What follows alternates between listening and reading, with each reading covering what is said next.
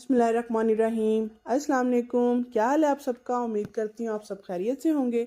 मेरा नाम सैयदा आसमा है और आप देख रहे हैं आसमा सादकीन यूट्यूब चैनल। और आज मैं बना रही हूँ चिकन हांडी। बहुत ही जायकेदार, खुशबूदार और लजीज हांडी बनकर तैयार होती है, तो आप इसे एक दफ़ा ज़रूर ट्राई कीजिएगा। चलते हैं अब रेसिपी की तरफ।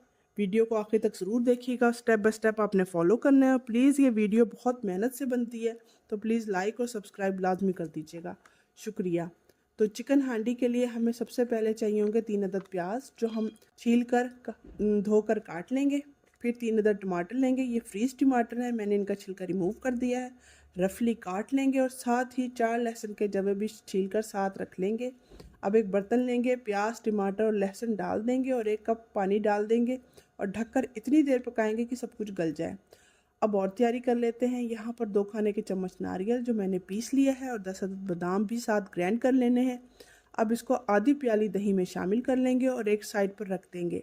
प्याज टमाटर गल चुके हैं, अब इनको निकाल कर पीस लेंगे।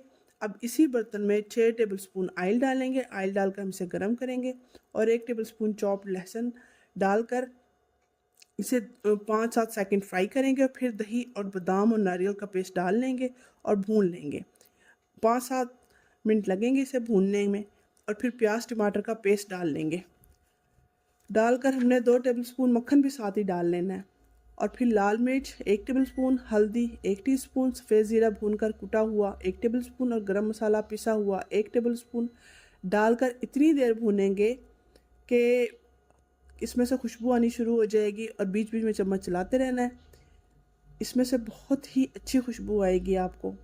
अच्छा, आप इसी मेथड को आप मटन या बीफ के साथ भी बना सकते हैं। अब इसके अंदर 1 टेबलस्पून हमने नमक या हस्बे ज़ायका कम या ज़्यादा कर सकते हैं डाल लेंगे। मसाले में अभी थोड़ा पानी है, थोड़ा और भूनेंगे। अब इसके अंदर चिकन डाल लेंगे और अच्छी तरह से मिक्स करेंगे।